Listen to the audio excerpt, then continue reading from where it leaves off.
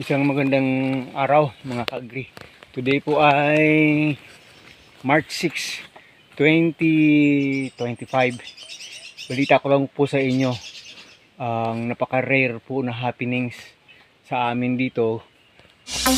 Pero bago po natin pag-usapan yan, kung bago ka pa lang sa channel ko, paki-like naman po, comment, share, and subscribe. At huwag kalimutang i-hit ang ating button bell para ma-notify po kayo sa ating mga bagong upload. Kahapon po, March 5 po, umulan po ng malakas dito. Na bihira pong nangyayari po yan dito sa amin pag ganito ng month of the year, March. Dito kasi sa amin pag March, pag umulan man, hindi ganoon kalakas. Pero yung ulan kahapon po dito mga ka-agri, hindi naman siya sobrang lakas, pero hindi po siya mahina. Talagang nakapagpadilig po siya talaga ng husto sa lakatan natin dito. So masasabi ko kahit mag 3 weeks pang walang ulan, kakayanin ng ating saging dito. Hindi po kaya dyan sa mga Mindanao area sa eastern part ng ating bansa ngayon, palagi pa ring ulan. Pero kahit ganun pa man po, isang rare experience po yung kahapon. Kasi sa loob po ng 5 to 6 years hanggang 7 years, ngayon pa lang po yan nangyari na may ulan ganyan kalakas sa loob ng isang buwan ng Marso. Kasi summer na po yan. Ngayong araw po napakalungkot pa nga ng balita sa atin dyan sa Northern Luzon, Central Luzon. Kasi po mayroon ng delikadong heat index na lumalaganap dyan hanggang 46 degrees po. Yung iba pa nga po ay parang na heat stroke na. Pero dito sa atin umulan po ng malakas kahapon. So gusto ko ipakita sa inyo napakalaki po ng epekto niyan sa ating taniman ng lakatan. So yan po itsura ng lakatan. Oh. Pag makahigop ng maraming tubig kahapon, ngayong umaga po ay 8 AM na. At maputik-putik po ng konti yung kanal. Yung ating tsinelas ay ganyan po. Marami pang putik-putik. Ibig po sabihin, hindi po basta-basta yung ulan. Kasi pag hindi ganun ka okay na pandilig, wala. Ngayon, ano na yan, medyo dry na yan. Hindi na yan kakapit sa chinilas mo yung mga putik. Pero ngayon po, maputik pa ng konti. May mga tubig pa yung mga dahong gaya nito. Oh. Yan po. Ayan. Hindi man lahat ng bitak dito na malalaki ay nasarado.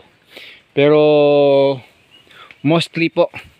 Kaya po yun dito, maraming bitak yan dito. Pero nasarado. May mga bitak-bitak ng hindi nasarado, konti na lang talaga. So ibig po sabihin talagang napakaganda ng tubig na naibigay ng Lord kahapon, ng hapon dito sa amin. So bale, yung gagawin po natin today dahil dyan, yung mga ibang natanim natin dito sa third expansion na hindi nabuhay, magre-rehab po tayo, magre-replant po tayo para po makahabol. Kasi nga po yun, may may moisture na. Pag nag-replant tayo, talagang siguradong magtutubo po siya, mabubuhay po siya. Kaya pati itong bunga ng ating lakatan biglang gumanda.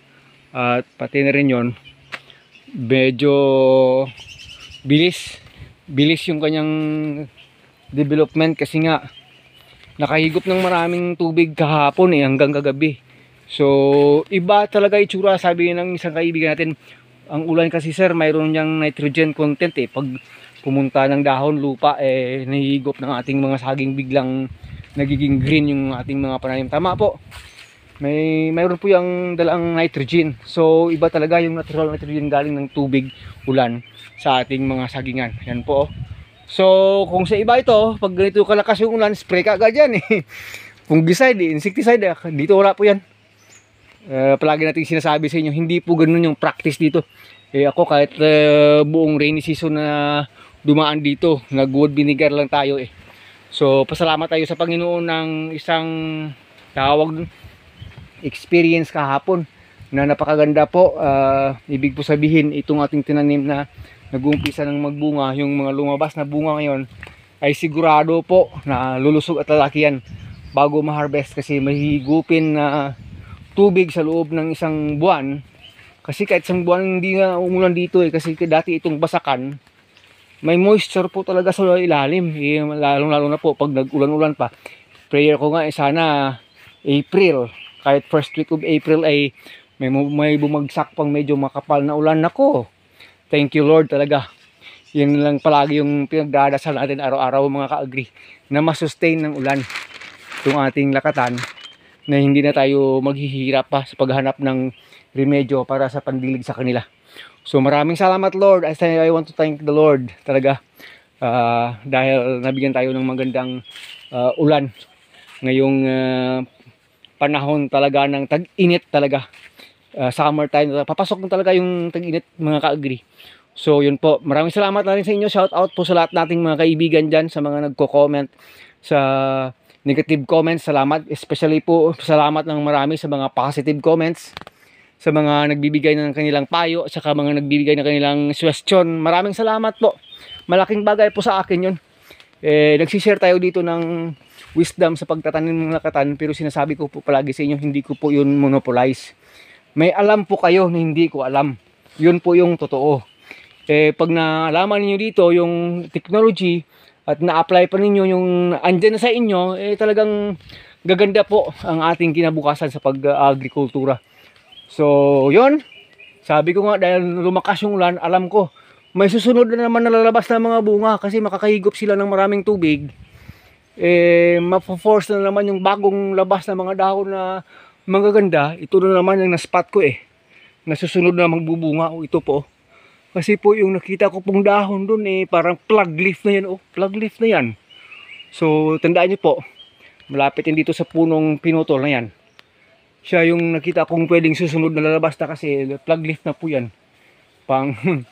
Ito na rin sana inasahan kong lalabas na pero hindi pa rin nag-plug leaf. Naunahan pa ng isa. At ito na rin po pero hindi pa rin po. Nauna pa po ito. Kasi nakita ko plug leaf na po yan. Ang susunod dyan ay lalabas na bunga. Bunga ng susunod nitong lalabas. Pag ganito, wala pa nga pero kita na natin yung ebidensya. So, masaya po tayo. At may nai-spot pa tayong ibang puno doon sa kabila. Tingnan ko lang. Balik tayo dito. Kung talaga bang lalabas na yung bunga. We'll see. Kasi yung isa dito lumabas na. Saan na ba yung kanina? Kung lalabas na talaga yung bunga o hindi pa. Ay hindi pa. Yun po yung isang puno na kasi matangkad po siya Mas matangkad pa ngayon dito sa may bunga ng nauna Yan po, kukunin na yan mamaya yung puso niya. May space na ilabas na yung last na ano niya. Mayroon ng talagang mahabang space. So dito may na-spot rin natin dito na malapit na rin magbubunga. Pwede po ito, pag ito pa susunod yung dahon ay nilabas yung plug leaf, magbubunga na rin po ito talaga mga ka-agri. So yun, happy po tayo talaga sa Panginoon sa kanyang biyayang tubig na pinadala po sa atin kahapon. Hanggang dito na lang muna. Masaya lang po talaga yung ka-agri dito. Maraming salamat. God bless us all. Mabuhay ka magsasakang Pilipino. Dasal-dasal pa rin mga ka-agri. Until here.